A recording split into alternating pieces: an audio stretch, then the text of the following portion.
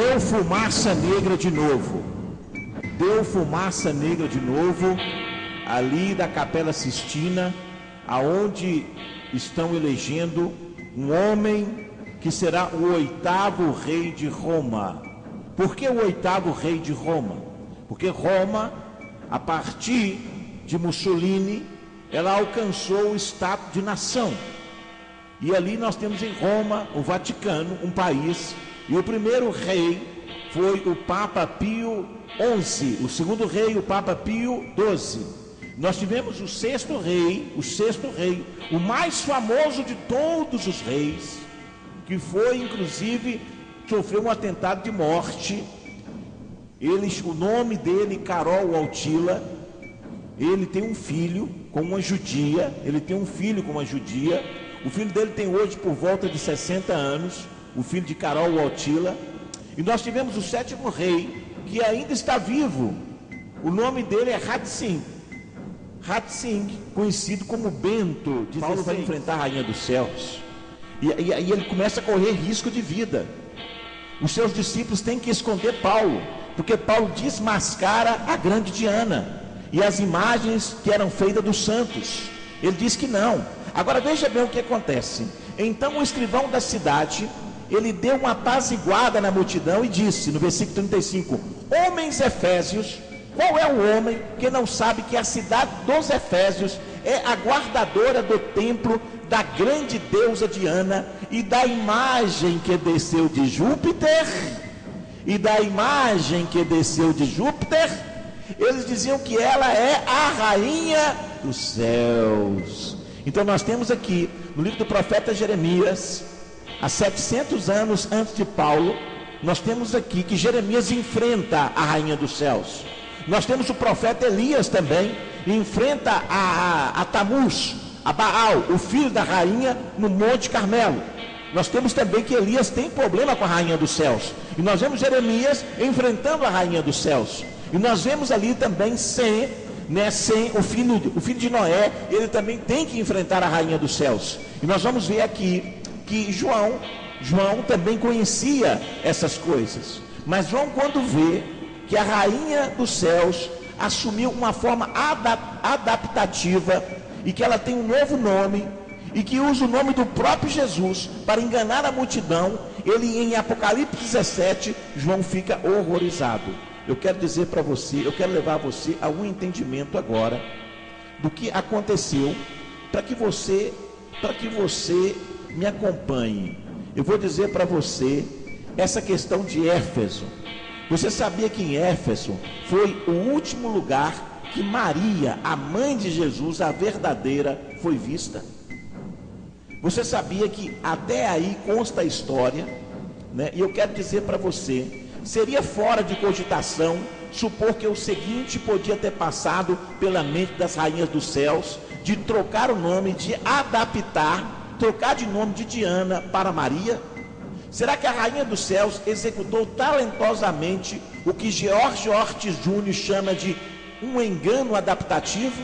Depois de Paulo e João ministrarem em Éfeso, oculta Diana mergulhou de vez e Éfeso se tornou o centro mundial de cristianismo.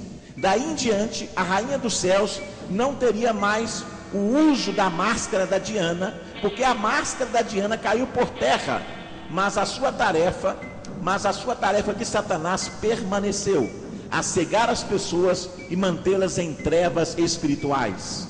Então, eu vou fazer uma pergunta para você. Será que a rainha dos céus começou a se perguntar, sendo que ela não foi bem sucedida em impedir o cristianismo de fora, que talvez fosse o meio de impedir pessoas de serem salvas do lado de dentro? Ao invés de impedir as pessoas de fabricar uma falsa Maria dentro do cristianismo, que podia ser capacitada pela rainha dos céus para fazer milagres e aparecer, e então atrair adoração em igrejas cristãs que deveria ser dada somente a Jesus. Assim haveria uma maneira de transferir o poder que recebia uma vez pela Diana, a falsa Maria, aí mesmo na cidade de Éfeso.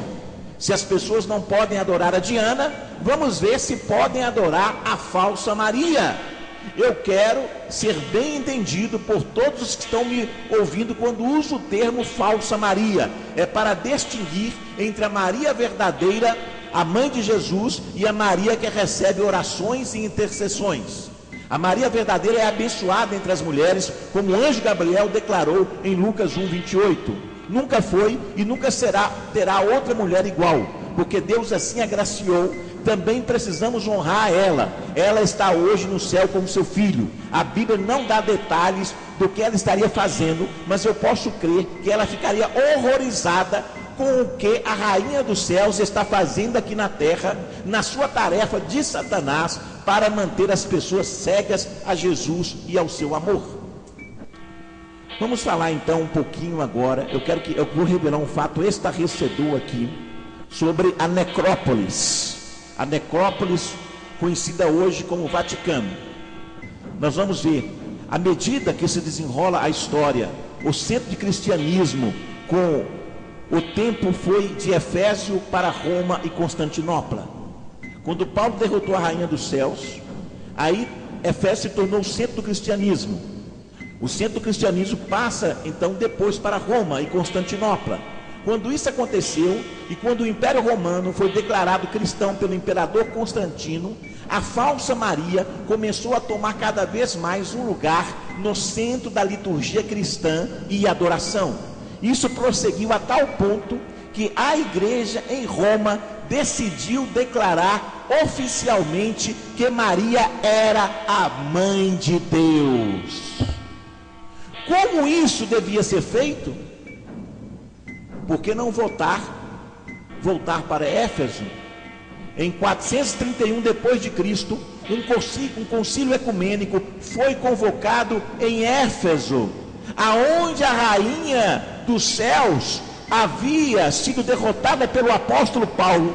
431 anos depois, o contra-ataque da rainha dos céus, o concílio de Éfeso declarou que Maria era Theotokos.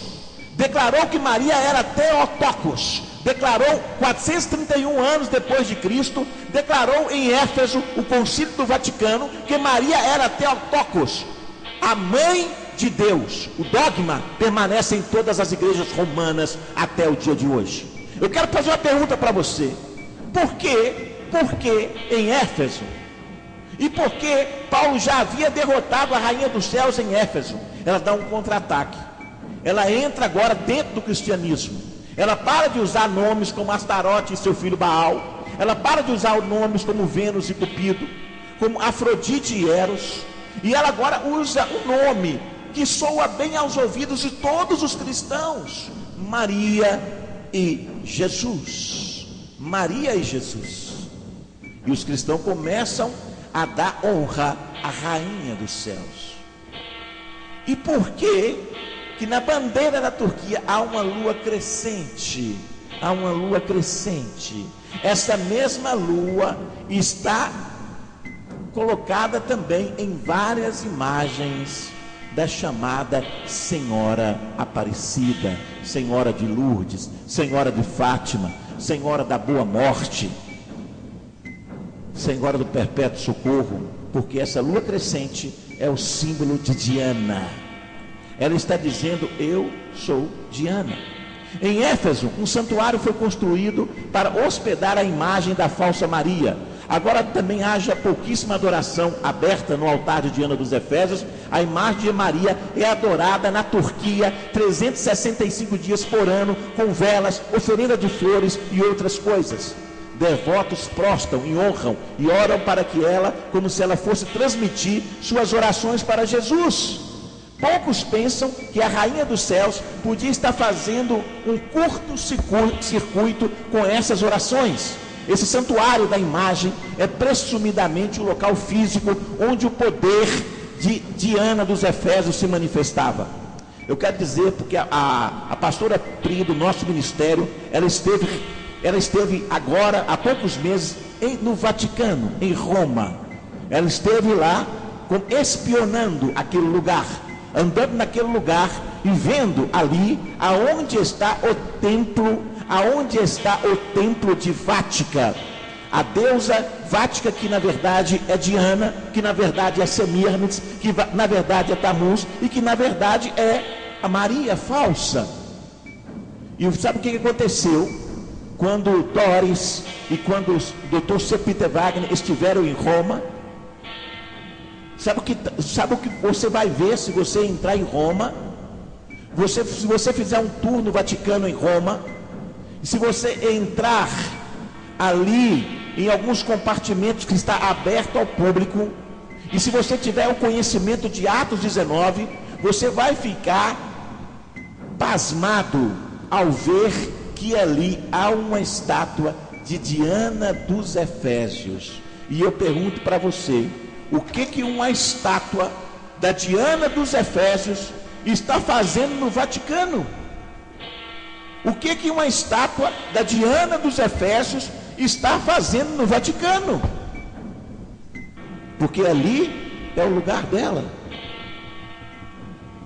Ela se passa agora, ela é a falsa Maria, a rainha dos céus, que começou na torre, ali na torre de Babel.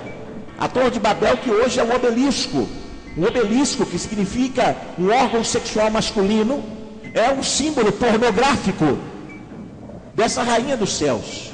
E para falar mais sobre o obelisco, nós vamos aqui com o bispo Fred Silva, nós vamos dar uns minutinhos para ele, que ele tem aqui matérias novas que você nunca ouviu sobre o obelisco, que é o símbolo da torre de Babel. É verdade, entre as nações antigas eram feitas as imagens, não somente de Deus e deuses em forma humana, mas muitos objetos que tinham um significado misterioso e oculto, eram parte de uma adoração pagã. E nós, falando aqui nesse programa sobre essas deusas, a deusa pagã, Semíramis, ela tinha uma torre. Astarote significa a deusa da torre, a mãe da torre. Poste ídolo, já leu na Bíblia poste ídolo? É um obelisco. O poste ídolo é um obelisco.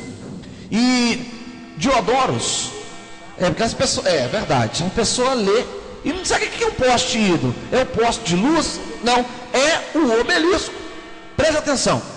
Diodoros falou de um obelisco de 40 metros de altura, 40 metros de altura, que foi erigido pela rainha Semíramis, a que se auto-intitulou Rainha dos Céus e hoje Mãe de Deus, conforme foi falado aqui. Então, a, entre aspas, Mãe de Deus, Semíramis da Babilônia, a Bíblia menciona uma imagem tipo obelisco de aproximadamente 3 metros de largura e 30 metros de altura.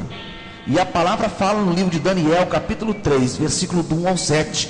E se prostraram todos os povos, nações e línguas, e adoraram a estátua de ouro do rei Nabucodonosor, que tinham levantado na Babilônia. Mas foi no Egito, porque Nabucodonosor também tinha um poste ídolo. Ele tinha um poste ídolo erguido ali na Babilônia. E no Egito, um baluarte anterior da religião de mistérios, que o uso do obelisco foi melhor conhecido. Tanto é que na ponta do obelisco tem uma pirâmide egípcia. E essa pirâmide egípcia também é o símbolo das SS, das sociedades secretas. E muitos obeliscos ainda estão no Egito, embora alguns tenham sido removidos para outras nações. Um deles está no Central Park, em Nova York. Outro está em Londres e outro transportado para Roma, para o meio do Vaticano. Lá no Vaticano existe um obelisco, e nesse obelisco existem 4 leões nas suas bases ao seu redor. E esse obelisco foi transportado por Calígula. Calígula transportou esse obelisco para a frente da Praça de São Pedro. E é interessante você notar que esse obelisco, quando o imperador manda, o Papa manda transportar de um local pré-existente onde Calígula coloca esse obelisco ali em Roma, o Papa quer esse obelisco na frente da janela papal. E o Papa dá uma ordem que se transportassem esse obelisco e quebrassem, todos que foram participantes do transporte iriam ser mortos. existia uma maldição lançada pelo Papa, que se transportasse o obelisco que Calígula trouxe para Roma, o transporte dele para a frente ali da janela do Papa, se derrubasse esse obelisco, se quebrasse esse obelisco, um obelisco de granito vermelho, com 25 metros de altura, 40 com a sua fundação, que pesa 320 toneladas. E no ano de 1586, a fim de colocá-lo no centro da praça, diante da igreja de São Pedro, ele foi movido para a sua atual localização por ordem do Papa Quito. E é claro que se mover esse pesado obelisco, especialmente naqueles dias, era uma tarefa muito difícil. Muitos recusaram-se ao tentar, especialmente pelo fato de que o Papa havia sentenciado a pena de morte qualquer um que deixasse o obelisco cair e quebrar. Um homem chamado Domênicos Fontana aceitou a responsabilidade e, com 45 guinchos e 160 cavalos, transporta esse instrumento, que nada mais é que a representação de um órgão sexual masculino. E essa deusa, para terminar, Astarate, ou Semíramis, ou Astarte, que quer dizer mulher que fez as torres, a deusa Cibele, ela tem esse obelisco, esse poste ídolo, instalado em várias metrópoles do mundo. Buenos Aires, por exemplo, Nova York, Londres, aqui no Brasil, em vários lugares, na Praça 7 de Belo Horizonte, tem um obelisco na Praça 7 em Belo Horizonte, em São Paulo, a Torre Eiffel é um obelisco moderno. A Estátua da Liberdade, por dentro dela, tem os moldes de um obelisco também. Então, meu amigo, tem muita coisa oculta por aí, que ainda não foi revelada, apóstolo Ricardo. Nós vemos aqui, Bispo Fred, o obelisco, ele é a representação, né, da Torre de Babel. Ele é a moldura da Torre Eiffel. Ele está na Estátua da Liberdade, onde está a foto de Diana, ou Semíramis, né, a rainha dos céus, que está ali também. E é interessante você observar que o desejo de Semíramis era não somente uma torre, é uma cidade também. Ela quer uma torre em uma cidade. E o seu marido Nimrod, que é o grande arquiteto é Nimrod. Nimrod é o grande arquiteto, porque ele tem a ideia de fazer um prédio, uma torre. E hoje você observa, né, que a torre é uma só. Ela não pode ser duas torres. Ela não pode ser torre gêmea. A rainha dos céus, ela não aceita torres gêmeas, porque é uma torre só para honrá-la. Ela é honrada com a Torre de Babel, e a Torre de Babel não é torre gêmea, é uma torre só. Se houver torre gêmea, tem que cair por terra, ela destrói. Então é uma torre só, e ela quer uma torre, e ela quer uma cidade. E a torre, quem faz para ela é o grande arquiteto Nimrod. Ele é conhecido como grande arquiteto do universo, Nimrod. Por quê? Porque ninguém rouba dele essa glória, porque ele constrói a torre. É como o homem, Thomas Edison, inventou a lâmpada elétrica, mas hoje pode ter a lâmpada fluorescente, pode ter a lâmpada de neon, faróis de neon, mas ninguém rouba a glória, e ninguém é mais famoso do que o Thomas Edison, porque foi ele que inventou.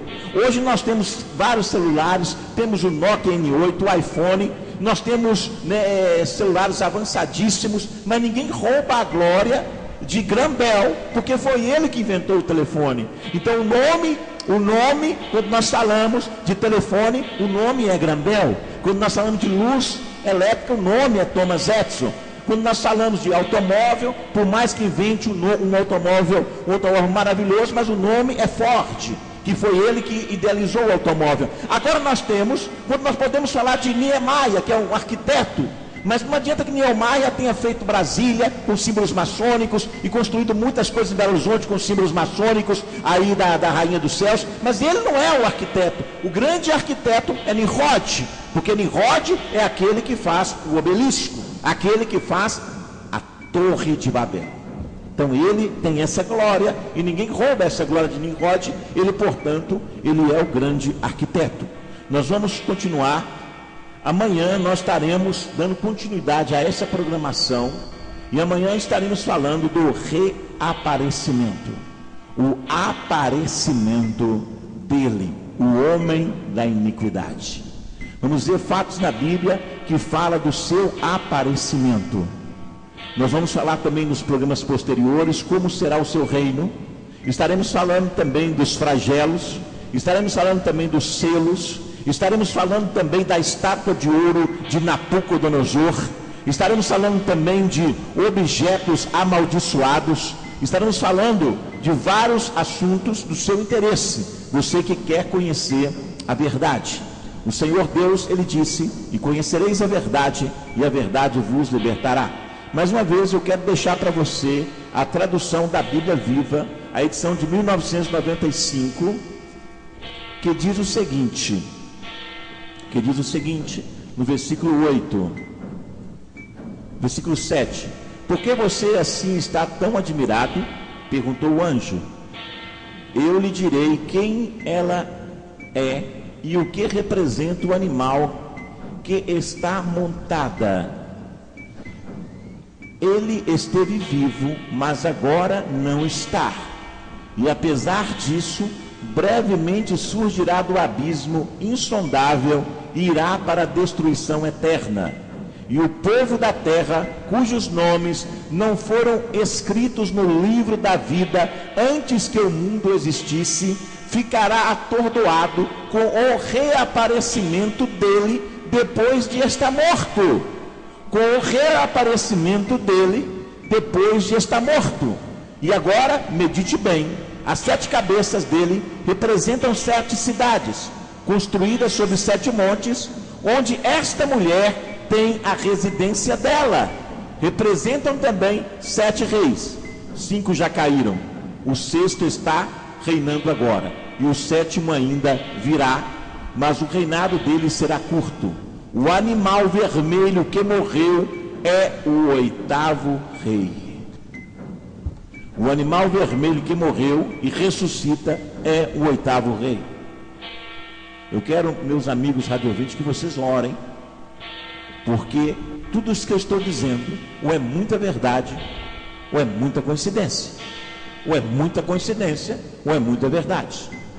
Eu tenho conversado com pastores, profetas, apóstolos em Roma, espalhados pelo mundo, e está todo mundo atento para Apocalipse 17. Os olhos dos líderes principais da Igreja de Jesus Cristo na terra, aqueles que estão debaixo da direção direta do Senhor, os olhos deles se voltam para Apocalipse 17. Pare tudo que você estiver fazendo agora e nós vamos fazer oração para abençoar a sua família, que Deus esteja guardando você do mal.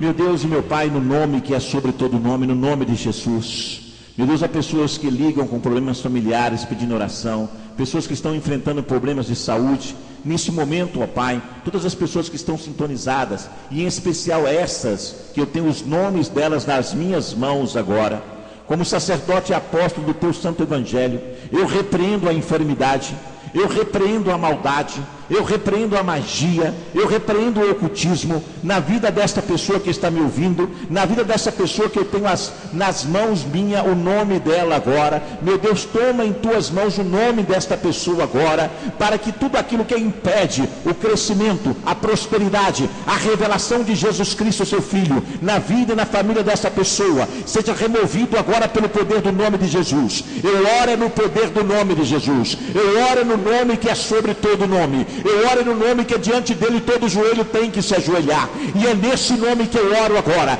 é nesse nome que eu faço recuar a enfermidade, a maldade, a sentença da morte, em nome de Jesus Cristo. É nesse nome poderoso agora, que eu me levanto agora, e todos os anjos alocados ao meu ministério agora, rompam com os poderes das trevas, caia por terra agora, a feitiçaria, a macumbaria, a bruxaria, em nome de Jesus Cristo. Eu tomo autoridade agora sobre esta paralisia, sobre esta doença, sobre esta cegueira, sobre essa surdez, sobre esse problema auditivo, e digo mal, sai agora. A voz apostólica ordena agora, saia em nome de Jesus, fora desse corpo agora, paralisia, fora agora confusão mental, psicologia atormentada na vida desta pessoa, problemas psicológicos, em nome de Jesus Cristo, sai agora a depressão, a alegria retorne, em nome de Jesus. E neste momento em que os ponteiros apontam para o infinito, eu declaro, seja curado, em nome de Jesus, seja liberto, em nome de Jesus. Você, sua família e seu ministério estão abençoados pela voz profética do apóstolo Ricardo Dias.